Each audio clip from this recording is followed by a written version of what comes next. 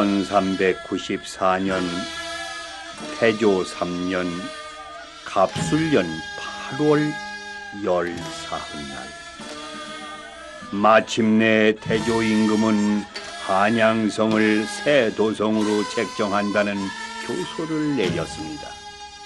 그리고 9월 초 하루에는 신도궁궐 조성도감을 설치하는 한편 10월 상달 25일에는 이곳 한양으로 전도를 결행했었지요. 그러니까 새서울 공사가 본격적으로 착수되기도 전에 태조 임금은 한양부의 객사를 임시 별궁으로 삼고 일거에 전도를 단행했던 것이올시다.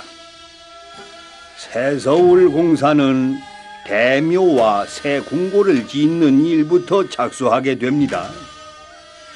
여기서 대묘란 역대 제왕을 받들어 모시는 사당으로서 종묘를 말하며 새 궁궐은 경복궁을 가리키는 것입니다. 그리해서 그해 동짓달에는 세대궐의 역사에 착수하고 삼봉 정도전으로 하여금 하늘과 땅의 신령님 황천후도에게 제를 올려서 대역사를 시작한다는 뜻을 알렸으며 또한 곳곳에서 산천제를 크게 모셨었지요. 세대궐 경복궁을 지을 때의 일입니다. 무릇 궁궐을 짓자면 대궐에 앉을 자리와 그 향방을 생각지 않을 수 없는 법. 풍수상으로 봐서 새 궁궐의 좌향을 어느 방향으로 했으면 좋겠습니까? 먼저 왕사 어른께서 말씀해 보시오. 예, 전하. 빈도소교는 인왕산을 주산으로 했으면 나옵니다. 서쪽에 모악산 옆에 있는 인왕산을 말이오? 전하, 빈도가 가만히 살펴보건대 서쪽 인왕산을 주산으로 해서 동쪽을 바라보는 유좌 묘향의 형국으로 했으면 가할 듯 싶습니다. 서쪽에서 동쪽으로? 다시 말씀드리자면은 인왕산을 주산으로 해서 즉 현무로 삼고 남쪽의 남산과 저 북쪽의 북악산을 각각 좌청룡 500호로 마승이옵니다. 그래서 도움을 동쪽 방향으로 멀리 펼쳤으면 하고 바라는 마음이 옵니다. 유좌묘향이라. 해 뜨는 동쪽을 바라보고 말씀입니까?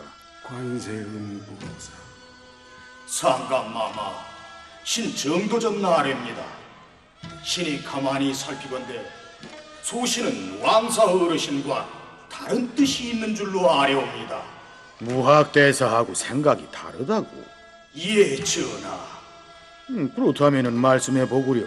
아무런 주저 말고 삼봉의 생각을. 환공하옵니다, 마마. 소신 생각회로는 동쪽 방향이 아닌 임자 병향이 가다고 생각되옵나이다. 그래요? 그러니까 임자 병향이라면은 북쪽에 등을 쥐고 남향을 바라보자는 얘기 아닙니까? 그렇사옵니다, 마마. 그렇게 되면은 주산이 어디입니까? 물론 소신 생각으로는 백악을 주산으로 삼고자 하옵니다. 전하, 백악은 곧 북악산이옵니다.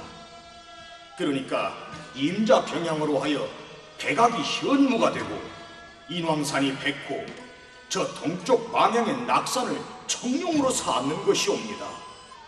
새 대궐의 명당 자리를 우리 무학대사는 서쪽에서 동쪽으로, 삼봉 정도조는 북쪽에서 남쪽으로.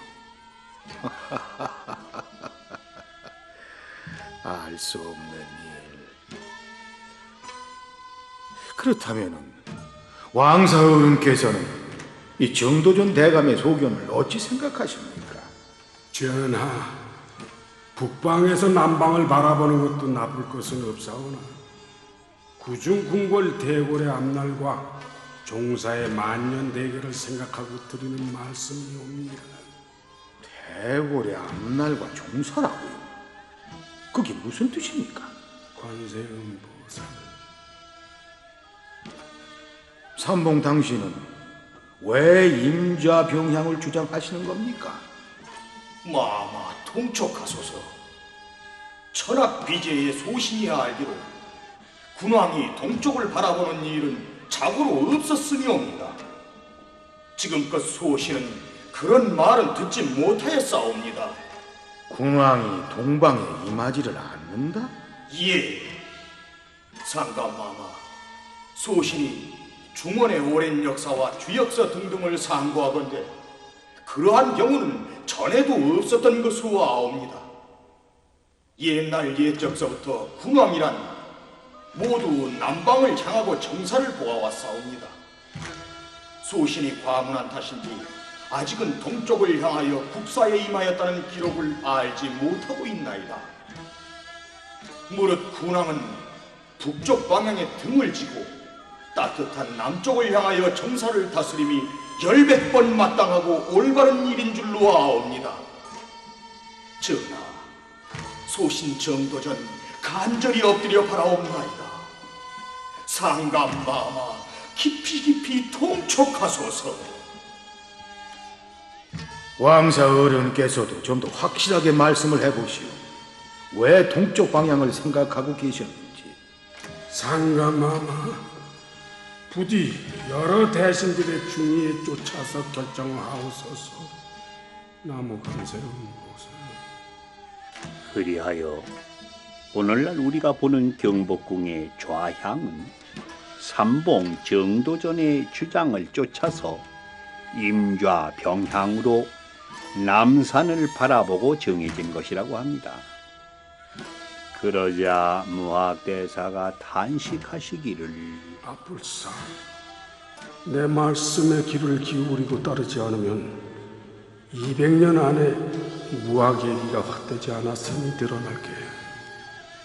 장차 대궐 안에서는 찬탈의 화가 일어날 것이며 200년 안에 안팎으로 환란과 불행이 꼬리를 물고 나라가 쑥대밭이 될 것이니라. 경복궁의 좌향에 얽힌 두 사람의 이런 얘기는 우리 정사의 기록이 아니므로 그 신빙성을 믿기 어렵지만은 전설의 내용은 참으로 시사하는 바 크다고 하겠고, 다만 차천로의 오산설림에 기록되어 있는 이것이다. 차천로는 산수비기라는 책을 인용해서 이 전설을 설명하고 나서 산수비기란 신라 스님 의상대사가 지은 책으로 800년 뒤의 일을 이렇게 확실히 맞추었으니 어찌 성승이라고 하지 않을 수 있겠는가.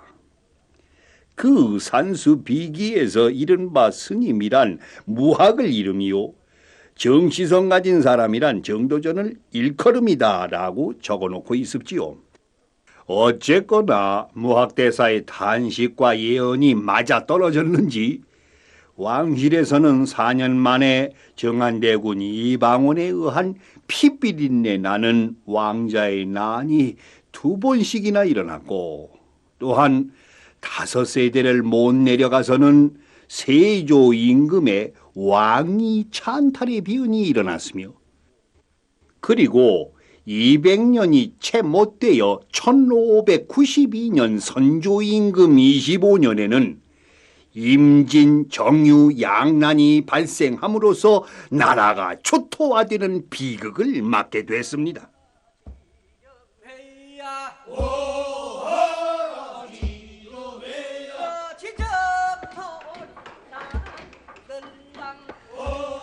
새 왕실의 대묘를 짓는 한편 새 궁궐 경복궁을 조용하는 대역사는 밤낮 없이 강행군으로 진행되고 있었습니다.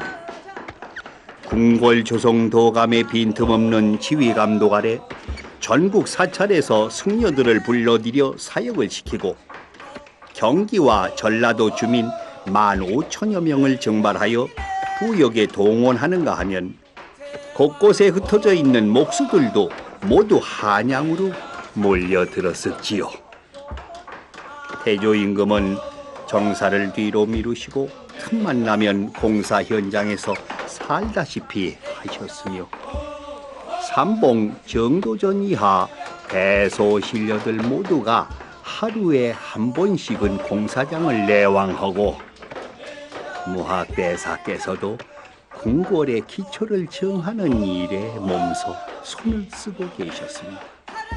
그러나 어찌 된 셈인지 땅을 굳게 다지고 나서 주춧돌을 놓고 그 위에다가 아람들이 기둥을 세웠는데 번번이 힘없이 기둥이 무너져 내리는 것이었습니다. 모든 사람들이 깜짝 놀랐습지요. 참으로 회의하고 알 수 없는 일이었습니다. 그려. 아니, 이것이 어떻게 된 심판이야? 사람들이 기둥이 다 무너져 내리고 말이야. 신령께서 노하신 것이라니까. 아이고, 스님, 또 무너졌습니다요. 기둥뿐 아니고 이제는 주춧돌 초석까지도 무너졌습니다요. 스님, 사람들 모두가 일꾼들이 수군됩니다요. 부정을 타서 그렇다고요. 나무관세 음보살. 궁궐 조성도감은 근심 걱정이 태산 같았습니다. 참으로 해괴망측한 일. 천지신명이 노해서 그런 것이나 아닌지 깨끗이 목욕 재개하고 2번, 3번 토지신께 제사를 올렸지만은 결과는 마찬가지로 별무효과였습니다.